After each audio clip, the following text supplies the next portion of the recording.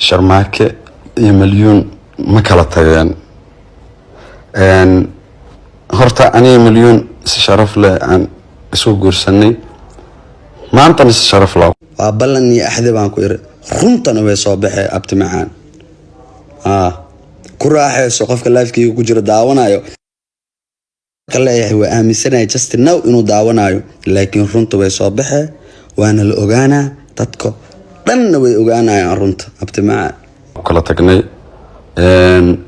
waliba intii aysan ma kala tageen iyo waxaas ay soo bixin ka hor aan ayada kala dhamaanay laakiin arrinkeena social media ma keenin haddana daruuri way ila noqotay inaan hadeertaan dadka u sheegaa wax qalad kuma kala tagin gabar wanaagsan oo isqabno walaashay ahayd kala dhamaan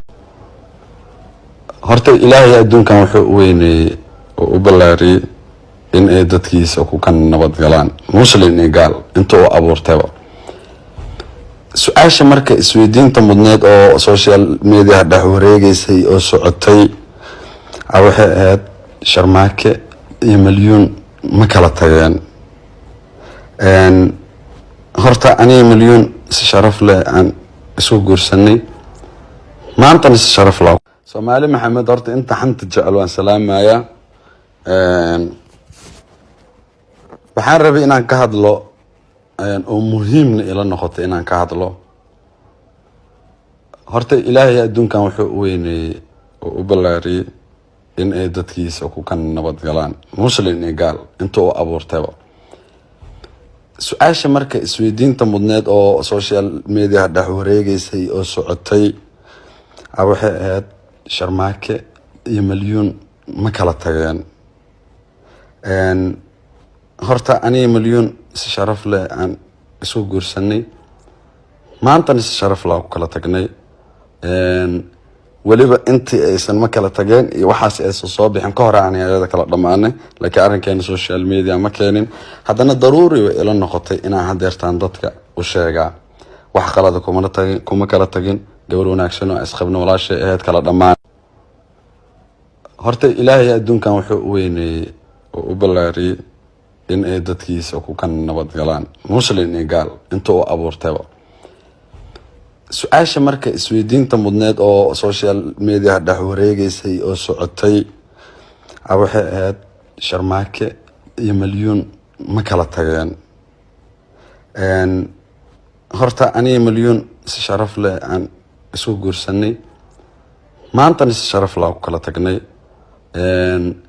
waliba intii aysan ma kala tageen iyo waxaas ay soo bixin ka hor aan ayada kala dhamaanay laakiin arrinkeena social media ma keenin haddana daruuri way ila noqotay inaan hadeertaan dadka u sheegaa wax qalad kuma kala tagin gabar wanaagsan oo isqabno walaashay ahayd kala dhamaan waa ballan iyo axdi baan ku iri runtana way soo baxay abti macaan ku raaxayso qofka live-kiiga ku jira daawanayo kaleeyahay waa aaminsanahay just now inuu daawanayo laakiin runta way soo baxay waana la ogaanaa dadka dhanna way ogaanayaan runta abti macaan insha allah hadduu alla idmo waa intaan Jabuuti ka imaanayo oo kaliya inta runta laga ogaanayo Jabuuti inta aan ka imaanayo waa runta inta laga ogaanayo xaqiiqada wax aan qarinayo mala baaba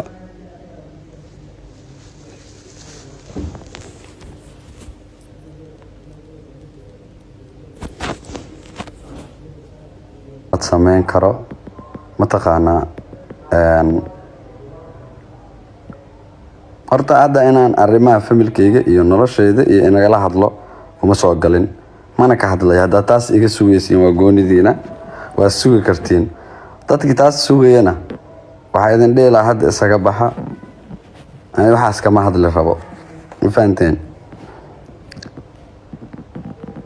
laakiin waxaa xanuun igu hayso oo aan u qaadan waayey oo la yaab igu noqotay waliba dee xanuun aad bay ii xanuujinaysaa aad iyo aad iyo aad iyo aad iyo aad bay ii xanuujinaysaa ma fahanteen qof hadduu ku xumeeyo aad ka tegi kartidaa jiro qof hadduu ku xumeeyo mataqaanaa qof hadduu ku xumeeyo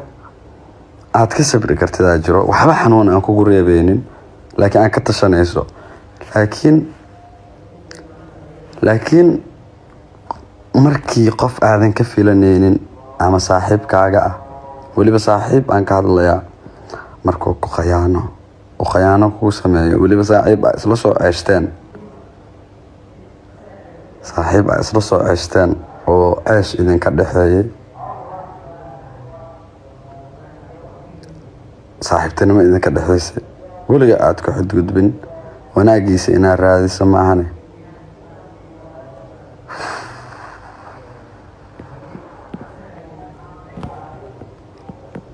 niman waxaan idin sheegayaa aniga saaxiibkii igu dhawaa inuu i khayaanay, weliba si xun uu i khayaanay. qofaa deeq darajo soo qoray, deeq darajo maahan, deeq darajo waa saaxiibkayga, weligiis xumaan iyo ma geysanin, wax dhiba ah kama tabanayo.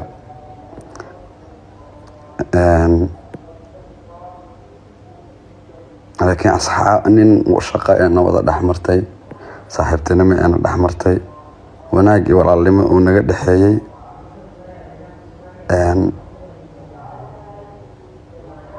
baa si xun ii gale, si xun oo nin rag aan laga filanaynaba ii gale. min saaxiibtan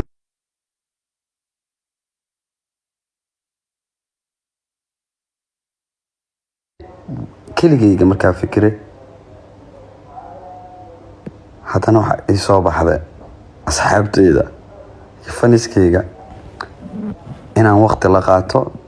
oo aana u sheego mataqaanaa inuu jirka i gubanayo, oo zaaid weliba uu ii gubanayo, ma fahanteen?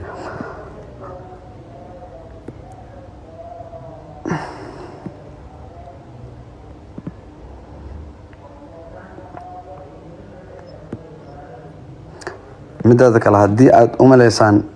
dadka social media ku jiro, asxaabta oo barnaamijyada waxaas isla dhigo oo mataqaanaa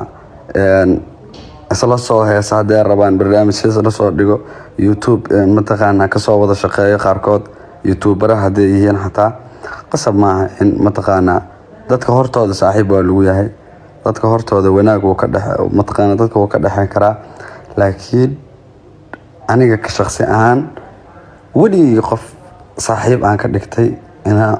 xumeeyo iskuma dayin, mana xumeynin. haddii aan ka dareemo inuu qofkaas i xumeeyana, dee waa ka tashan jiray, maantaan nin isku filana ahay, mataqaanaa nin maanta fanis u baahan ma ihi, oo mataqaanaa oo caanimo raadinayo, oo dee nin mataqaanaa fanis ay ku xiran yihiin baan ahay, taageero ijecel baan haystaa, dad ijecel baan haystaa. dee nin views u baahanna maanta ma ihi, views inuu raadiyo oo heesayga 10 milyan iyo 11 milyan iyo 9 milyan iyo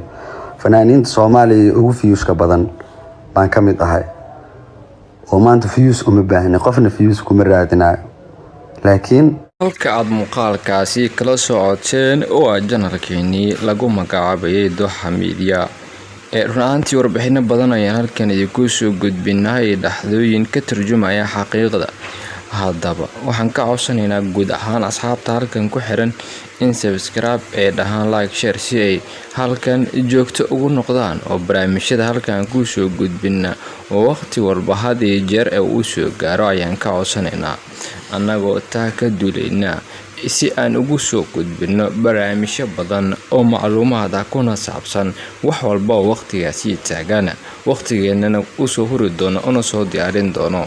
haddaba barnaamijkii aan halkan idinku soo gudbinaynay intaasi ayuu ku kooban yahay, hase yeeshee macluumaad kale ayaan idin soo gudbin doonaa inta barnaamijkan kaleete aan ka gaari doono. guud ahaantiin asxaabteena nagu qaaliga waxaan leeyahay nabadgelyo, kulan dambe oo xiiso leh iyo barnaamijyo kaleeto oo ka duwan kan oo aan isugu imaan doono waqti walba, diyaarna aan idin nahnay inaan idin soo diyaarinaba. haddaba isma dhaafno oo waxaa idin leenahay kulan dambe oo kan lacayna intaan ku kulmi doono asxaabteena. nabadgelyo.